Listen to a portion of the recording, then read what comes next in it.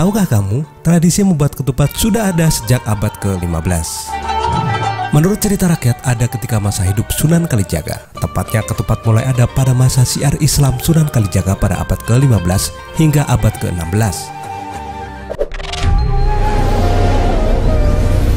Hai, selamat datang di channel Art Media. Sebelum lanjut, jika video ini menambah informasi kamu, jangan lupa share ke medsos kalian. Dukung terus channel ini supaya bisa memberikan informasi yang menarik.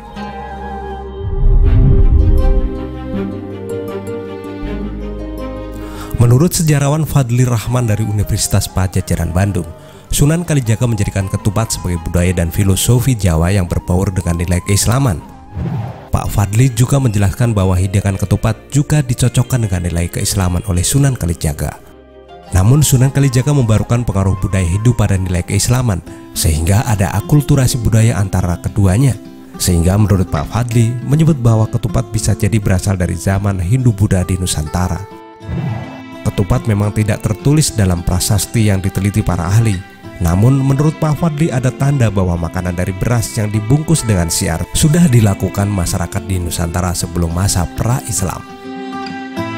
Pada zaman pra-Islam, bahan makanan nyur dan beras dijadikan sebagai sumber daya alam yang dimanfaatkan sebagai makanan masyarakat.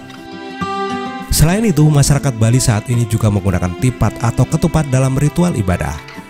Ketupat juga tidak hanya ditemukan di Indonesia, melainkan beberapa wilayah Asia Tenggara lainnya, terutama wilayah yang penduduknya ada di suku Melayu.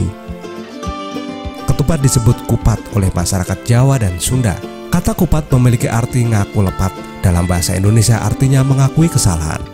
Selain itu, kupat juga berasal dari laku papat atau 4 laku yang tercermin dari 4 sisi ketupat. Ternyata ada makna di balik 4 sisi ketupat ini. Lebaran. Satu sisi ketupat ini bermakna lebaran yang berasal dari kata lebar. Ini artinya pintu ampun dibuka untuk orang lain. Luberan. Sisi kedua ketupat bermakna luberan yang berasal dari kata dasar luber. Artinya melimpah dan memberi sedekah pada orang yang membutuhkan. Leburan. Sisi ketiga ketupat bermakna leburan yang berasal dari kata dasar lebur.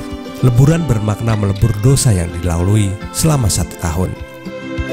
Laburan. Sisi terakhir ketupat bermakna laburan yang merupakan kata lain kapur. Nah, kata ini memiliki makna mencucikan diri atau putih kembali seperti bayi.